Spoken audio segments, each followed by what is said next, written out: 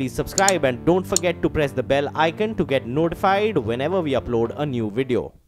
जम्मू में एसडीआरएफ के जवान तवी नदी के तेज बहाव में फंसे लोगों को बाहर निकालने लगे। बताया जा रहा है कि अचानक आई बाढ़ की वजह से 6 मछुआरे नदी के बीच में फंस गए, जिसकी जानकारी मिलते ही सिविल डिफेंस और एसडीआरएफ की टीम मौके पर पहुंची और नदी में फंसे लोगों को सुरक्षित बाहर निकालने में जुट गई। पहले सिविल डिफेंस के गोताखोर नदी में फंसे लोगों को एक सुरक्षित जगह पर लेकर पहुंचे।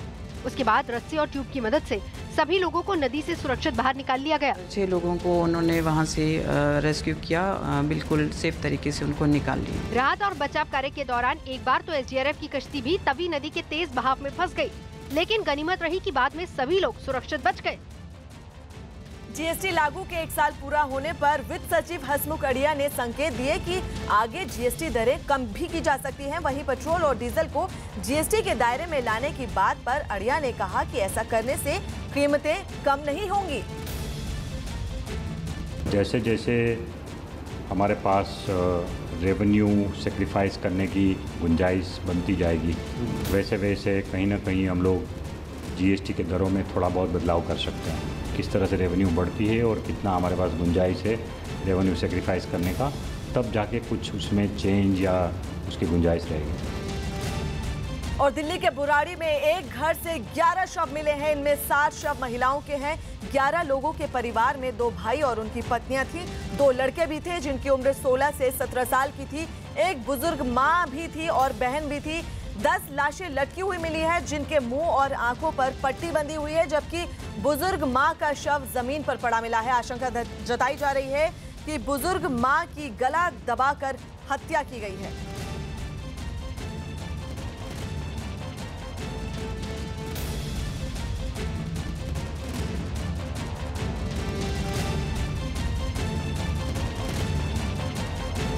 और दिल्ली का बुराड़ी इलाका, जहां पर एक ही परिवार के 11 लोगों का शव घर में मिला है और 10 लोग हैं जिनकी जो लाशें हैं वो फंदे से लटकी मिली, जबकि जो बुजुर्ग मां थी वो जमीन पर पड़ी हुई मिली और उनके गले पर कुछ निशान भी पाए गए हैं। और पुलिस जांच कर रही है कि ये पूरा मामला आखिर किसका है, क्या ये सामूहिक सुसाइड है या फिर सामूहिक हत्या। दिल्ली का बुराड़ी इलाका है। घर के नीचे दुकान थी और प्लाईवुड का काम होता था और ग्रोसरी की दुकान थी। और जो परिजन है उनका कहना है कि बेहद ही अच्छा परिवार था। पड़ोसी लोगों का भी यही कहना है कि बेहद ही नेक और अच्छा परिवार था, ना किसी से लड़ाई ना झगड़ा। लेकिन उसके बाद ये जो घटना सामने आई है, हर कोई सदमे में है और चौंकाने वाला ये पूरा मामला है कि एक ही परिवार के 11 लोग बरामद हुए हैं फंदे से लटके हुए। अमित हमारे साथ जुड़ रहे हैं, हमारे सहयोगी। अमित, एक जो बात ये पूरे मामले में सामने आ रही है, सब कह रहे हैं कि बहुत ही अच्छा परिवार था, लेकिन सब ये भी बोल रहे हैं कि पूजा पाठ में इस परिवार का काफी ध्यान था। आए दिन पूजा पाठ होती थी, कीर्तन होते थे। तो क्या अंधविश्वास के चलते इसमें अंधविश्वास का एंगल भी देखा जा रहा है? क्या पुलिस की तरफ से ऐसा कोई मामला सामने आ रहा है, ये एंगल सामने आ रहा है अंधविश्वास का? गाड़ी निकालिए। जी फरहान, सबसे पहले मैं आपको सीधी तस्वीरें दिखाना चाहूँगा। इस वक्त दिल्ली बीजेपी के अध्यक्ष जो हैं वो मौके पर पहुँचे हुए हैं। यहाँ पर मनोज तिवारी यहाँ पर पहुँचे हुए हैं। वो पुलिस के आला अधिकारियों से लगातार बातचीत कर रहे हैं। हालांकि जो क्राइम स्पॉट है वो घर के अंदर है, ऊपर है, लेकिन वो ऊपर नहीं, ऊपर जाना किसी का अलाउ नहीं है।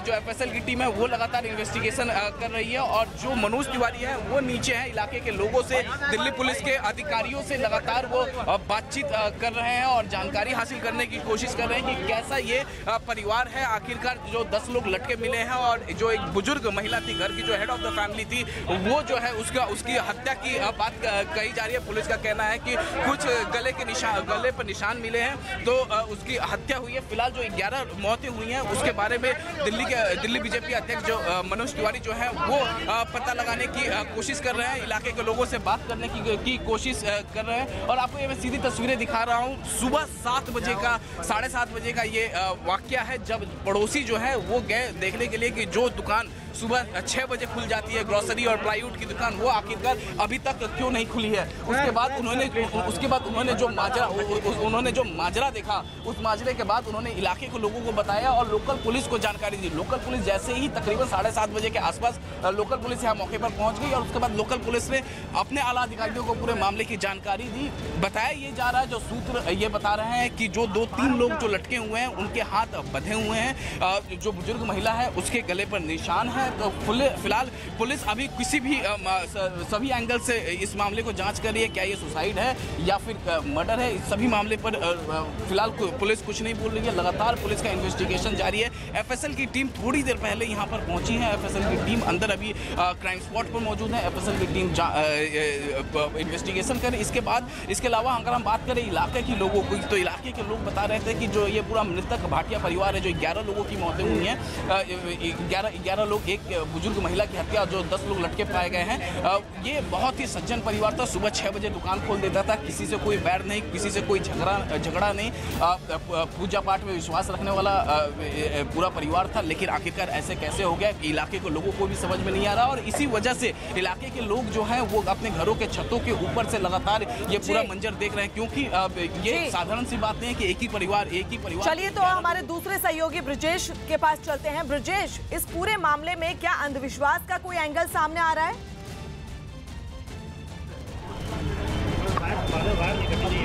देखिए, इस पूरे मामले पे अभी कुछ भी कहना जल्दबाजी होगी, क्योंकि अभी पुलिस तफ्तीश कर रही है, जांच कर रही है, ये पता लगाने की कोशिश की जा रही है, हर एक एंगल को वेरीफाई किया जा रहा है कि आखिरकार वजह क्या है। लेकिन इन सब के बीच परिवार के एक बहुत ही पुराने करीबी हमारे साथ हैं, उनसे हम बात करते हैं। सर, हर कोई यही सवाल पूछ रहा है कि वजह, परिवार की आर्थिक स्थिति के बारे में जानना है। आर्थिक स्थिति इनकी बहुत अच्छी थी। मैं इस परिवार को 25 साल से जानता हूँ। जो बच्चे जिनकी डेथ हुई है, जिसकी अभी एक शादी होने वाली थी और 2 बेटी, दूसरी बेटी वो मेरी स्टूडेंट भी थी। मैं टीचर भी हूँ और प्लस पड़ोसी भी हूँ। इनका बहुत अच्छा व्यवहार रहा, ना आर्थिक कोई प्रॉब्लम थी, ना कभी फीस देने में भी। मतलब इन बच्चों को पास आउट हुए भी करीब 10 साल हो गए हैं, तो उससे पहले फीस में भी कभी कोई दिक्कत नहीं हुई। पूजा पाठ बहुत किया करते थे। हाँ, ये धार्मिक प्रवृत्ति के बहुत अच्छे लोग थे और कभी आज तक इनका आस पड़ोस में कहीं पे कोई झगड़ा नहीं हुआ।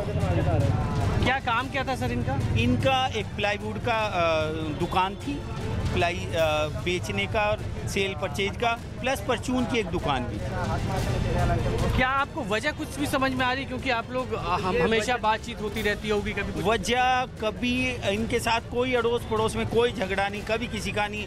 ये किसी ने मेरा अपना मानना है कि शायद ये मर्डर है। क्या ऐसा क्यों लग रहा है आपको मर्डर है? क्योंकि जिसका कभी किसी से कोई झगड़ा ही नहीं हुआ, किसी को कोई फाइनेंस प्रॉब्लम ही नहीं है, वो 11 लोग क्यों सुसाइड करेंगे? एक साथ कैसे करेंगे? सबसे पहली प्लस पॉइंट तो ये है, एक साथ कैसे करेंगे? अगर एक आदमी घर का मरता है ना, कोई बड़ा हो या छोटा हो, तो आदमी दुखता नहीं, चोट लग जाए किसी को ज़्यादा तो रोता है आदमी, और एक साथ एक आदमी मार लेगा अपने आप को और पूरे परिवार को, पॉसिबल ही नहीं है। सेकंड थिंग, आपसे शायद न्यूज़ में बोला भी गया अभी कि फोटेज देखो, आप कैमरा वीडियो देखो, कोई यहाँ पर कैमरे लगे हुए सीसीटीवी कैमरे, वो आप लोगों ने अभी तक देखे, कोई इन्वेस्टिगेशन करी उस चीज़ की?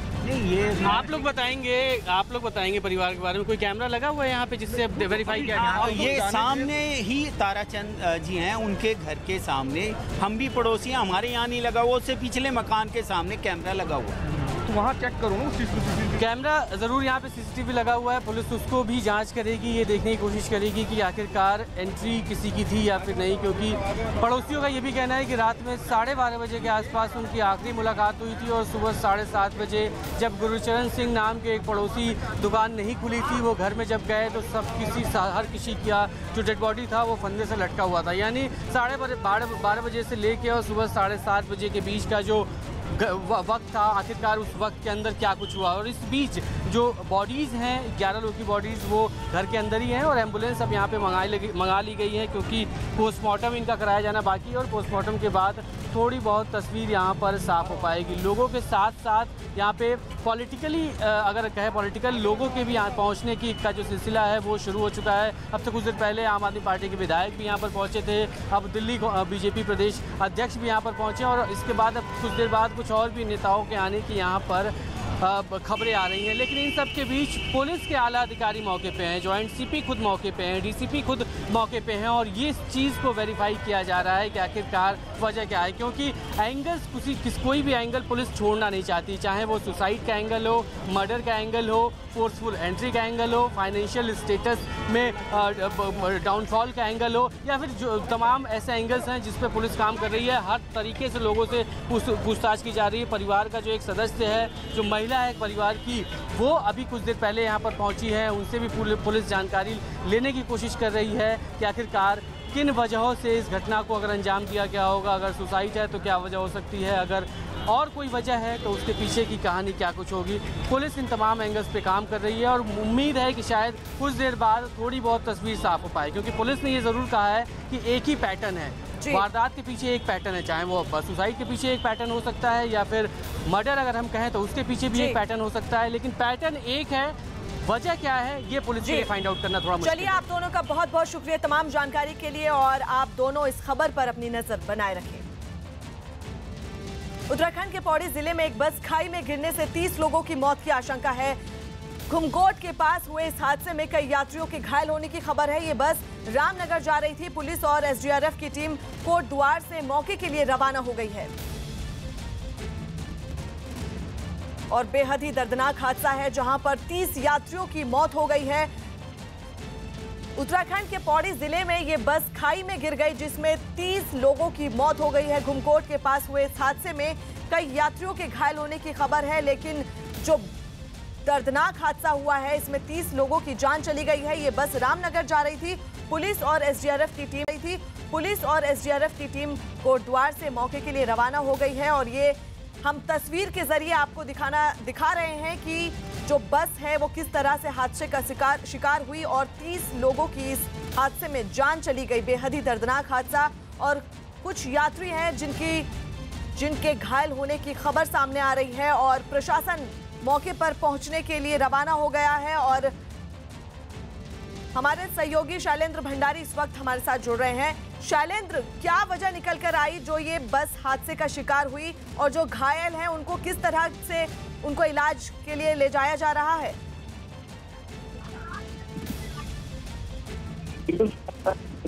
बताया जा रहा है कि ये जो बस है ये धुमाकोट से रामनगर की ओर जा रही थी, जिसमें 45 से 40 किलोमीटर फंसे हुए थे। बस इतनी बुरी तरह से 200 मीटर खाई में वो गिरी है, जिसमें जो है 12 लोगों को निकाल लिया और 25 से 30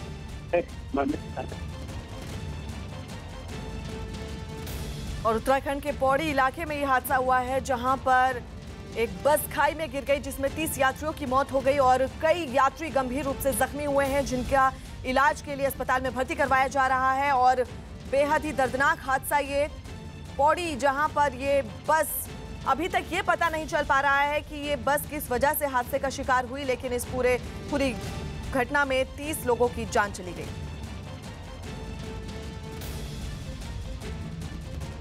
हैदराबाद में एआईएमआईएम से जुड़ी जनसभा में शामिल हुए पार्टी अध्यक्ष असदुद्दीन ओवैसी ने प्रधानमंत्री मोदी पर बड़ा हमला बोला। उन्होंने हैदराबाद लोकसभा सीट से प्रधानमंत्री मोदी और बीजेपी अध्यक्ष अमित शाह को चुनाव लड़ने की चुनौती दे दी और दावा है कि उन्हें इस सीट से बीजेपी और कांग्रेस मिलकर भी चुनाव नहीं हरा सकती। मैं तो हिंदुस्तान के वजीर आजम से कह रहा हूँ, मिस्टर मोदी, आप एक सीट यहाँ से भी लड़ लो, इंशाअल्लाह ताला तब भी मंजिल कामयाब हो।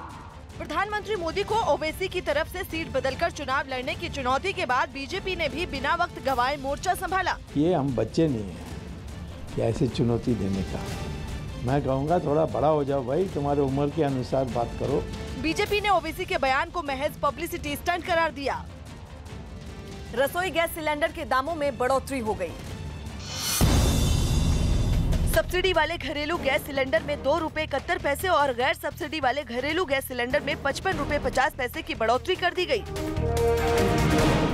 जीएसटी की पहली वर्षगांठ को मोदी सरकार आज जीएसटी दिवस के रूप में मनाएगी।